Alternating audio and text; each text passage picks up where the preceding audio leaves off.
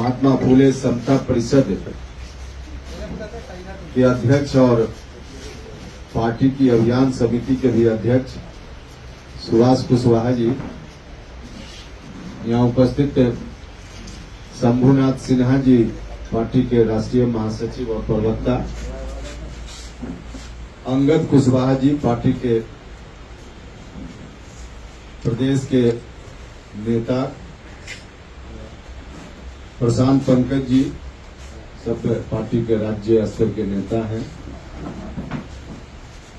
उधर महिला प्रकोष्ठ बिहार की अध्यक्ष स्मृति कुमुद जी, छात्र इकाई बिहार के अध्यक्ष साद जी, बसंत चौधरी जी प्रदेश के नेता हैं, राहुल जी युवा नेता हैं, और आप सब लोग जो नीचे बैठे हैं, हम सब लोग आज यहाँ उपस्थित हुए हैं फूले साहब को याद करने के लिए, उनकी पुण्यतिथि के अवसर पे। तो मैं सबसे पहले अपनी ओर से, आप सब लोगों की ओर से, पूरी पार्टी की ओर से महात्मा ज्योतिबा फूले साहब के चरणों में श्रद्धा सुमन अर्पित करता हूं, श्रद्धांजलि अर्पित करता हूं। देखिए, हम सब लोगों की यह ड्यूटी बनती है, हम लोगों का कर्तव्य बनता है कि जो भी बड़े बड़े महापुरुष हुए, जिन्होंने समाज, देश या दुनिया को बनाने में बड़ी भूमिका की अपने जीवन काल में, उनको हम याद करें समय समय पर और उनके जीवन से प्रेरणा लें। आज हम सब लोग याद करने के लिए इकट्ठा हुए हैं फूले साहब को। इनका इतना बड़ा योगदान था हिंदुस्तान के समाज को बदलने में। आज जिस रूप में हम सब लोग यहाँ हैं, इस रूप में हम लोग नहीं होते यदि फूले साहब नहीं होते, इनके जैसे दूसरे महापुरुष हमारे बीच में नहीं हुए होते। तो बहुत ही बड़ा योगदान इनका, खास करके सामाजिक न्याय के क्षेत्र में हिंदुस्तान में सबसे अधिक योगदान अगर किसी का रहा है तो महात्मा फूले साहब का रहा है। खास करके महिलाओं की शिक्षा के मामले में, किसी जाति की महिला हो, किसी धर्म की महिला हो, जो उस समय की व्यवस्था थी, सामाजिक व्यवस्था, उस व्यवस्था के तहत शिक्षा ग्रहण करने का अधिकार ही नहीं था महिलाओं को। पढ़ने पर बंदिशें थी, महिलाएं शिक्षा नहीं प्राप्त कर सकती थी, स्कूल कॉलेज में जाने की बात तो दूर रही। पुरुष लोग पढ़ सकते थे, समाज में सभी वर्ग के लोग नहीं, लेकिन कुछ खास वर्ग के लोग शिक्षा ग्रहण कर सकते थे, उनका अधिकार था भी। पुरुषों में सबको नहीं था, लेकिन कुछ ही लोगों को था, तो सिर्फ पुरुष वर्ग को ही था, महिलाओं को तो बिल्कुल नहीं था, चाहे किसी जात, किसी घर में महिला का जन्म हुआ हो। तो आधी आबादी जो हमारी थी उस वक्त, उसको पढ़ाई लिखाई से सीधे वंचित रखा गया था। हमारे समाज की यह व्यवस्था थी। उस वक्त सबसे पहले इस विषय पर आगे आए फूले साहब, महिलाओं को कैसे शिक्षा दे पाए, इस बात की का अलख समाज में जगाने का काम, और फिर एक शुरुआत कैसे कर पाए, इस बात की कोशिश वहीं से शुरू होती है। और जब इस विषय पर इनका ध्यान गया कि महिलाओं को भी शिक्षित करने का अधिकार, शिक्षित होने का अधिकार मिलना चाहिए, तो अगर शिक्षित करने की बात की भी जाए तो कहाँ पढ़े महिला, क्योंकि पुरुष वर्ग के लोग ही शिक्षक थे, तो वो तो पढ़ा नहीं सकते थे। समाज की ओर से अनुमति नहीं थी इस बात की। तो सबसे पहले महिलाओं में किसी एक को शिक्षित बनाना जरूरी था, और उसके माध्यम से शिक्षा की रोशनी को आगे फैलाने की आवश्यकता थी। तो शुरुआत इन्होंने महिला में भी, हर घर की महिला को अगर उस वक्त आह्वान करते कि आइए पढ़िए, तो उसको इजाजत अपने घर से निकलने की, शिक्षा प्राप्त करने के लिए नहीं थी, तो संभव ही नहीं होता। तो सबसे पहले इन्होंने अपने घर में अपनी धर्म पत्नी को इस लायक बनाया, घर में थोड़ी शिक्षा देकर, पढ़ा लिखा कर, कि वह थोड़ी शिक्षित हो जाए, तब कुछ महिलाओं को आगे शिक्षित करने का काम उनकी धर्म पत्नी कर सके। तो इस काम की शुरुआत उन्होंने अपने घर से की, अपनी पत्नी को, धर्म पत्नी को पढ़ाया लिखाया, और तब एक स्कूल की स्थापना महिलाओं के लिए, बच्चियों के लिए इनकी ओर से की गई, और इसमें फिर इनकी धर्म पत्नी भी पढ़ लिख कर आगे आई।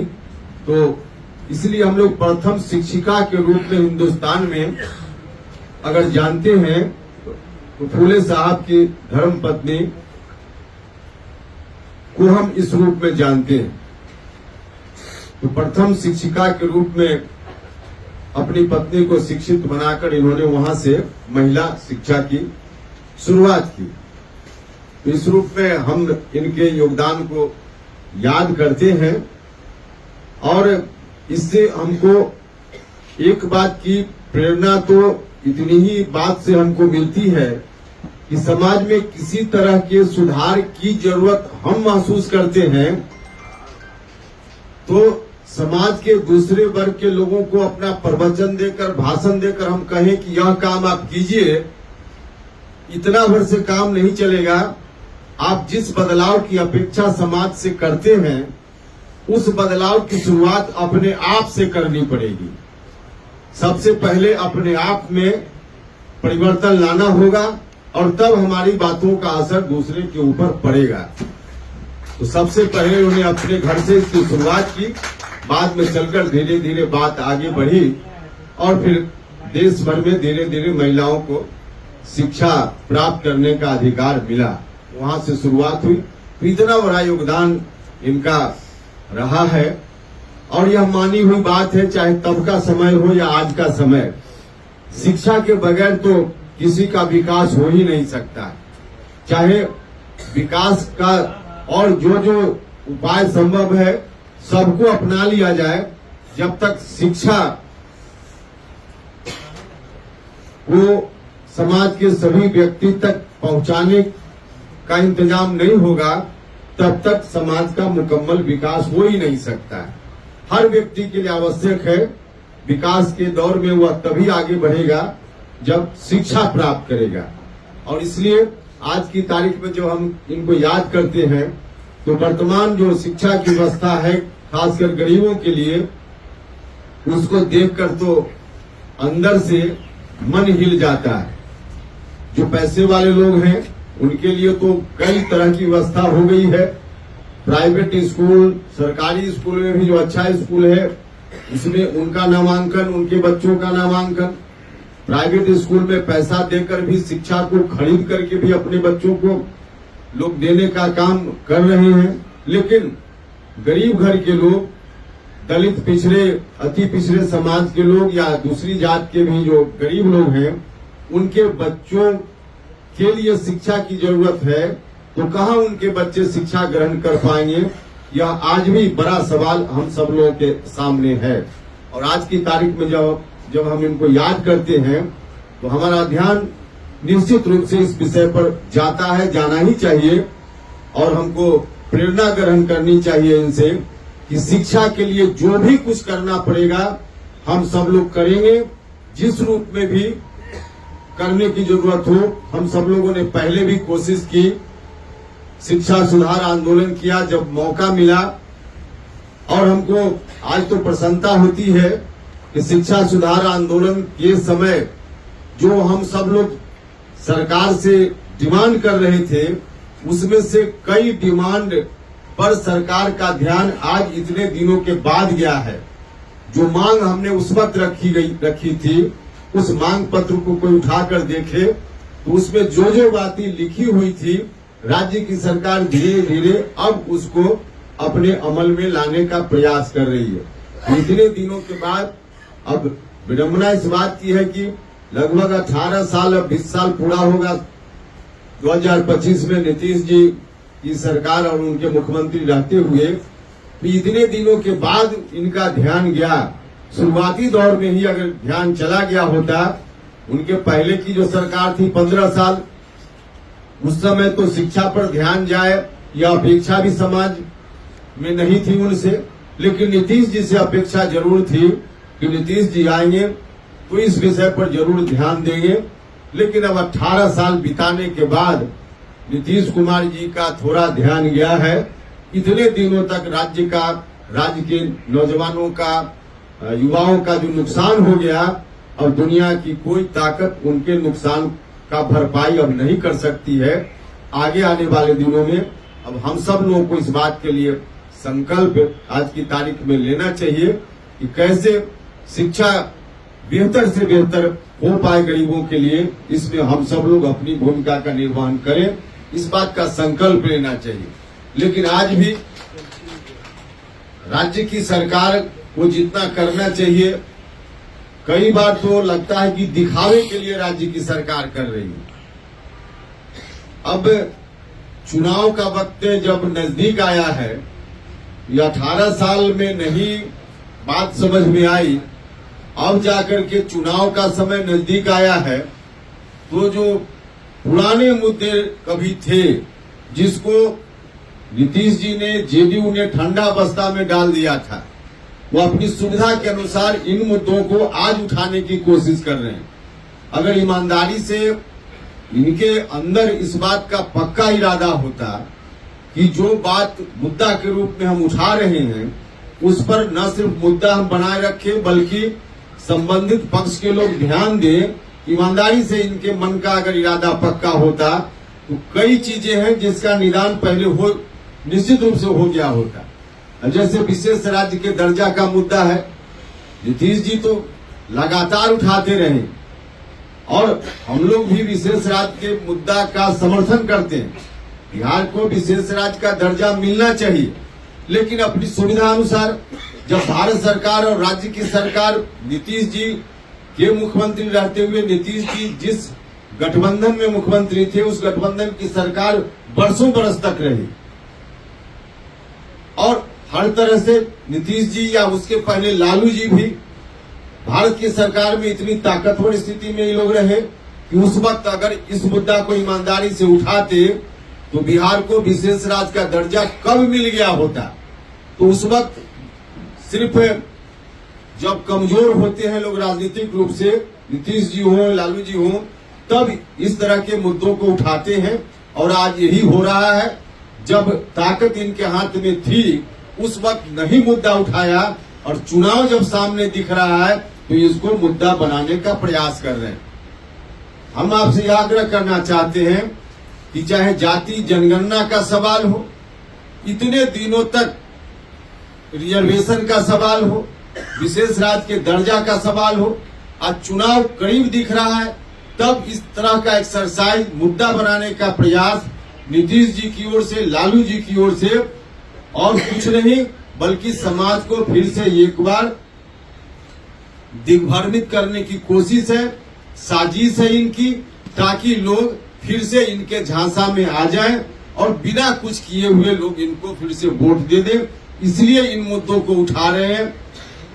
मुद्दा वास्तव में इनके लिए मुद्दा होता तो उपेंद्र कुशवाहा भारत सरकार में शिक्षा मंत्री रहते हुए शिक्षा सुधार को उठाने का काम किया था। इस रूप में ये लोग भी कर सकते थे, और करते तो निदान निश्चित रूप से उस वक्त निकल सकता था।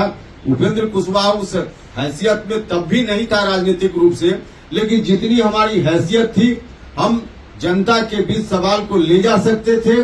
उस वक्त हमारी यही भूमिका हो सकती थी। हमने बिल्कुल चिंता नहीं की इस बात की कि हम भारत सरकार में मंत्री हैं, लेकिन फिर भी जनता के बीच इन सवालों को लेकर जाना है।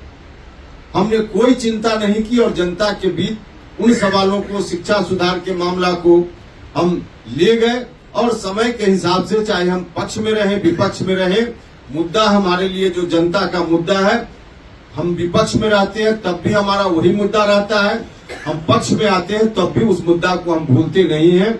लेकिन आज जो बिहार में सत्ता में बैठे हुए लोग हैं, मुद्दा को सिर्फ राजनीतिक इस्तेमाल के लिए लोग उठाते हैं और यही कारण है कि आज विशेष राज्य का दर्जा और बाकी चीजों को उठाने का काम ही लोग कर रहे हैं। अभी देखा हमने आज का अखबार और कल से मीडिया में बातें चल रही हैं, छुट्टी, सरकारी छुट्टी जो पहले से घोषित थी उसमें कहीं कम कर देना, कहीं बढ़ा देना। देखिए, इनका इंटेंशन इसमें बिल्कुल ऐसा नहीं है कि इसके चलते कोई सुधार हो, स्कूल में और पढ़ाई लिखाई बढ़ जाए, यह इंटेंशन नहीं है इस काम को करते हुए। जो आर्थिक सर्वे इनकी ओर से ही जारी किया गया है, उसकी रिपोर्ट जारी की गई है, उसमें ही आईना की तरह यह बात आ गई है कि बिहार में हर समाज का लोग इनके 33 वर्षों के शासन काल में आज भी कहां खड़ा है।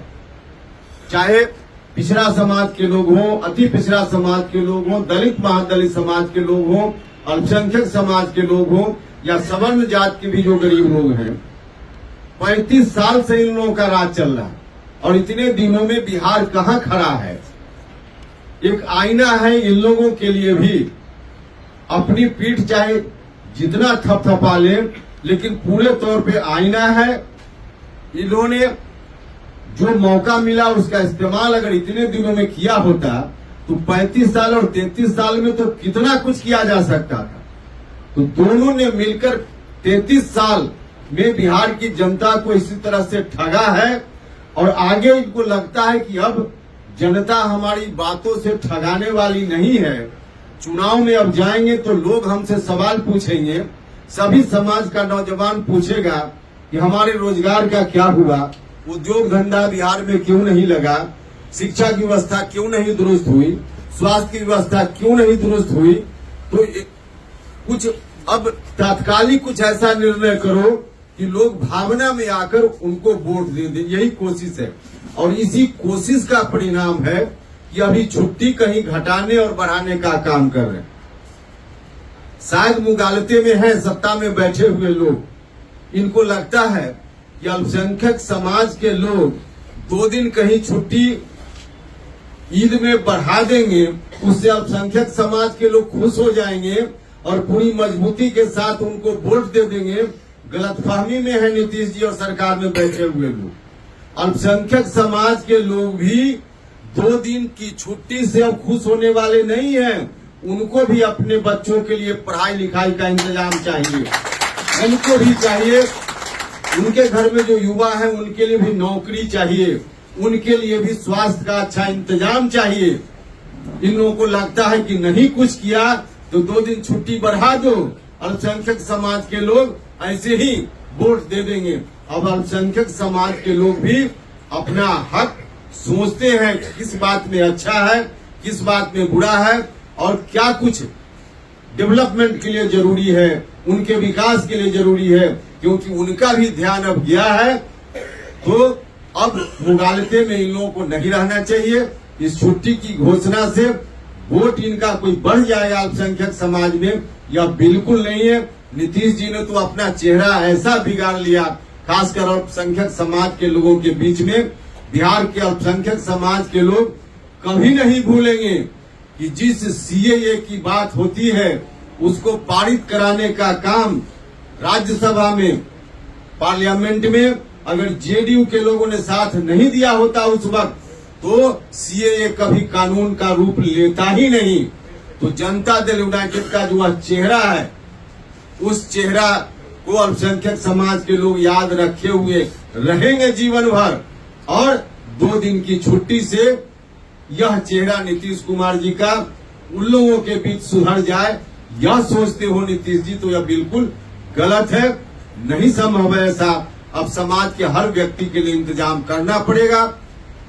समाज में कोई भी व्यक्ति हो, सबके लिए अच्छी पढ़ाई, स्वास्थ्य का अच्छा इंतजाम, नौजवानों के लिए रोजगार, किसानों के लिए हर तरह से उचित मूल्य मिले, उनको उद्योग धंधा की स्थापना हो, तमाम जो विकास का आयाम है उस पर अब समाज के लोगों का ध्यान गया है। उसी के आधार पे, डेवलपमेंट के आधार पे अब आगे भी लोग वोट करेंगे। और यही कारण है कि इन लोगों के तमाम प्रयास के बाद आज बिहार भर में दिख रहा है कि नरेंद्र मोदी जी का कोई विकल्प लोकसभा चुनाव में नहीं है। इसलिए फिर से बिहार में नरेंद्र मोदी जी के विकास के काम को देख करके लोग वोट करने वाले हैं। यह बात इन लोगों को अंदर अंदर पता है, इसलिए इस तरह का अनर्गल निर्णय लेते हैं। कभी कुछ ऐसा करो कि लोग सेंटीमेंट में आकर के वोट दे दें, जो अब संभव नहीं है। तो आज की तारीख में हम सब लोगों को भी ईमानदारी से संकल्प लेना चाहिए कि जनता का जो सवाल है, उन सवालों को लेकर हम कैसे क्या कुछ कर पाए। हम लोगों ने तय किया था, जो शिविर हुआ था हम लोगों का, उस शिविर में ये हम युवाओं का एक बड़ा जमावड़ा पटना में लगाएंगे। तो एक छात्र युवा महासम्मेलन, नाम बाद में हम लोग दे लेंगे, लेकिन छात्र युवाओं का बड़ा कार्यक्रम हम जनवरी फरवरी में तारीख तय करेंगे सब लोग मिलकर के, और बड़ा कार्यक्रम करेंगे। बिहार भर के युवाओं को, छात्रों को, नौजवानों को हम बुलाएंगे और उनका जो हक है, उनका जो अधिकार है, उस अधिकार के लिए बिहार के युवा सचेत हो, सजग हो, इस पर हम विमर्श करेंगे। तो यह कार्यक्रम हम लोगों का आगे होगा, जो पार्टी के साथ निर्णय लेकर तारीख वगैरह की घोषणा करेंगे। तो आज की तारीख में इन्हीं सब बातों के साथ फिर से एक बार महात्मा फुले साहब के चरणों में श्रद्धा सुमन अर्पित करते हुए आप सभी लोगों का धन्यवाद करते हुए मैं अपनी बात समाप्त करता हूँ। बहुत बहुत धन्यवाद।